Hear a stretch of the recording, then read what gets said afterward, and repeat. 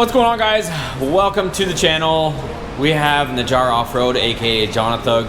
We have a crack hawk with an LS swap and almost a turbo swap. Almost running. Almost. But last episode, we got a lot done. We got a lot of parts in. We got the turbo manifolds from Hooker on here. We got our front accessory drive on there, and we've got our power steering pump. We are also waiting for our belt to arrive. But in the meantime, we've got some work to do because we got to figure out this crossover situation. So normally this would fit a 4L60 perfectly, but because we're in a much smaller chassis than you would find one of these LS's, this upper control arm is getting in our way. You can see if we unbolted this control arm, which John, I'm saying he should do a 3-link setup. We would just need Johnny joint on both sides on this one, and it'll be fine. So there is that option. He was saying some guys do run a 3-arm setup. On my Jeep at home, I do have a 3-link setup. So but we're not as balling as him, so it's fine. What I'm thinking we might try to do for now is see this bolt here that's sticking out. It's excessively long. I'm gonna cut this back, and then we're going to cut the crossover pipe right here, and then we can rotate it, and I'm hoping we can clock it up a bit to try to get through here.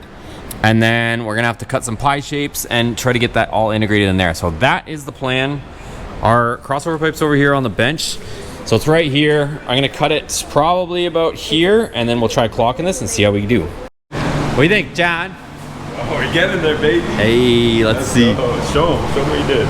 So I just went to town making this custom thing. This is just hanging here, but it's gonna be out of our way. So look at that. Now we've got this here through here. I just gotta finish welding it, but check that out, boys. It came out really good. It's looking mint. And now we clear our upper control arm, so this has room to articulate, and it should be good to go. And if it has to, it'll self-clearance. Hello, self-clearance. So she's in there now, so now it's just a matter of welding it up. In a perfect world, we probably would have ordered the exact same material, but hey, we're on a 30-day build, boys, so do what you gotta do. So yeah, we just got some piping. It's actually pretty nice piping, but it's obviously slightly different material. But anyways, let me weld this, and then I can weld everything up solid, and then this task should be done. Look, hey, I was gonna swear, but I almost felt so happy I was gonna swear. Can't swear. Keep this show PG. All right, so I went ahead and I got this all TIG welded together. So now let's go ahead. We'll put the Jeep back up, and we can get that thing on there. We still don't have our gaskets. We're waiting for our gaskets to show up, and then the rest of our bolts, or we could use the original bolts. But we definitely need gaskets on there before we can really finalize that. And then while I was welding that up, John was in here getting our shifter kind of finalized. He put in some riv certs here, and then got our shifter situated so that that can be all bolted into place. So anyways, let's go ahead, put this thing up, and we'll put in our crossover pipe. Check it out, you guys. So she worked out beautifully. So here we are with this one. This side we didn't have to alter, and then we ended up cutting it here, and this is where our altercations came into play. So instead of coming through here and not being able to clear our upper control arm, we kicked it back down over here, and then it goes around there. And interestingly, there is, John was noticing kind of a, what did you call this? Like a dent in the... Yeah, like a little dent. Yeah, there's like a relief in the actual body to go that way. So this worked out beautifully. We've got clearance there, so, and this can articulate up. So should be pretty good. I don't think it's ever gonna go higher than that, because if it does go higher than that, then it's gonna be getting into the bottom of the motor mount. So should be good to go. And yeah, everything worked out beautifully. So that's done. The V-bands are on, even though I have to take the manifolds off to put gaskets in there. Other thing too is they do supply heat shielding, so we're gonna put that around our positive and our trigger wire for our starter. So we'll put that heat sleeve around there, and then we're probably gonna put a little bit of the reflective heat stuff that is also supplied with the kit from Hooker, and we're gonna put it around our mount just so our rubber bushings in our engine mount don't get cooked, because that's gonna get pretty hot. So overall, pretty successful. And then John extended these 2 wires. This was the pigtail that John picked up from the junkyard. So he extended them so that it can reach all the way to here. So that's our vehicle speed sensor. So that'll be good to go as well. We just need to get some of that wrap for the wire just so that it's protected as well. All right, so John went ahead and he put this fireproof wrap that's supplied around battery cable. So that goes up through there. So that's all heat protected now. And we're also just starting to measure out for our oil feed which you guys remember in the other video, we tapped this with a 1/8 NPT. And then over here, we've got the oil level sensor. So we're gonna be taking that out, and that's gonna be where our drain's gonna go. So yes, we could tap this. Some people tap some of these on the front of the timing cover, but we don't wanna take our whole engine apart since we have no time. So we're gonna go ahead and put this down. We're gonna measure some stuff out, and then we'll be able to know what we need to order for our oil feed and oil return. Okay, so here's our turbo. If you guys haven't seen it before, she's a T4. She's definitely not no small unit, so should make some decent boosts. Again, we're not going too crazy yet, but either way, it's definitely a nice unit, the STS turbo here from Holley. So we also have, we were just kind of, the reason why this is out is we were figuring out and planning out our oil return and our oil feed, because this thing is going to be mounted on here tomorrow, right? Yeah, let's go. We've got our T4 flange. So I showed you guys in the last video, we had bought, I think they're over here still. Nah, they're over there anyways. But I had bought some pre-made 90s, and it was a T3, T4 flange, and then it essentially had a little 90 on it that went to there, that's 3-inch there. But it's gonna make more sense for us just to do it custom and come up and put the turbo exactly where we want. So I'm waiting for that to show up, and then tomorrow you can see we've got that piece of stainless over there. So that's gonna come out of there. We're gonna cut it exactly where we want, mount the turbo right where the old battery used to be. And then after that, it's plumbing, and then we can fire this thing up and see what she sounds like with a turbo. Hopefully by the weekend, which is a couple days away. Yeah, that's the goal, is to have this thing running this weekend and then just start dialing in from there. So lots of stuff, our accessory belts showing up, all of our hoses so that we can try to fit them. We got couplings, reducers, unions, all kinds of good stuff. What we're gonna mess with right now though is we've got our check valve for our brake booster. We had to go to the store to pick up a hose.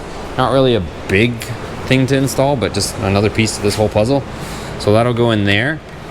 And then on the back of the manifold, there's a T, and that's gonna go to the T. Also, since we're talking about plumbing, there's this steam port right here.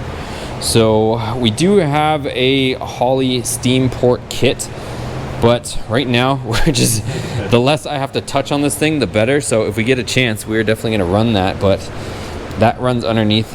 I don't even know that it would fit underneath this intake manifold. It would be a tight fit. But I think Holley might have sent us the throttle body. Oh. I don't know when it shows up, but I think they heard us complaining about this Performance Parts G Plus. $70 on Amazon. Yeah. It works. Yeah. It's very noisy. I don't know. We only had it running for about half a second, but it was screaming like a chicken. So Send it.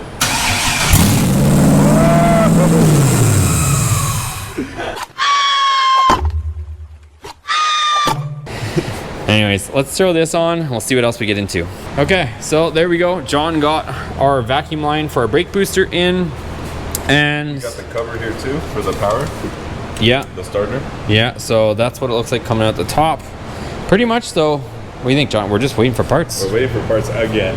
Again. So we have to wait for the parts for tomorrow. So I figured, just so you guys aren't waiting a whole extra day, because it would actually be 2 days. If I have to wait for parts tomorrow, then you guys wouldn't be getting, you know, a video out till the following day. So rather than do that, I'm just gonna give you guys a short, quick update for today's video. Even though it didn't seem like we did a lot, well, John was there, doing all the cutting and welding over there. Like, I could have like time lapsed it and made it really boring and dragged out this video for you guys, but I just wanted to show you the problem we were having, the way we went about it to correct the problem, and then the final result. So but yeah, now that that's all done, most of the work underneath the vehicle is done. We also ordered some other stuff. We got longer U-bolts that we needed, and just a bunch of random stuff, you guys. So should be pretty exciting here soon. Like we said earlier, the goal is to have this thing running in like 2 more days. 2 more days? 2 or 3 more days, yeah. As long as we don't like need another part, hopefully. And I don't know if we showed you guys, but we did end up getting our power steering lines situated. So we used the factory ones. We kind of had to massage them a little bit, but there we go. So that will be there. Everything's gonna be free and clear of our pulley.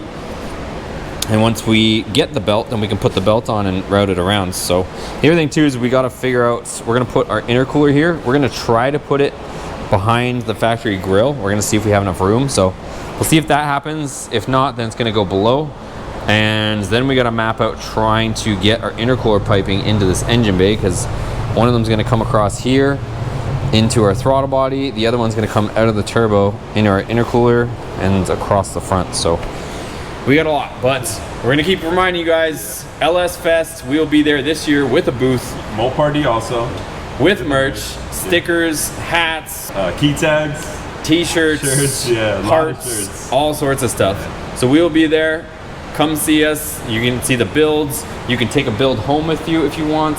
We're gonna have pretty much, I've got so many vehicles at this point, we need to start getting rid of some of them. So Crackhawk will be there for sale. SST will be for sale. The Dakota, the Hellcoda. Yeah, Hellcoda, if you got a bag, or the Hell Ram. Yeah. I don't know. That would be funny if you guys may just come home on a plane. But we'll see. Either way, we're going to be there. Come hang out with us. If you guys see us, we'll be in Vendors Row over there at both events. So thanks for watching. Give it a thumbs up. See you on the next one.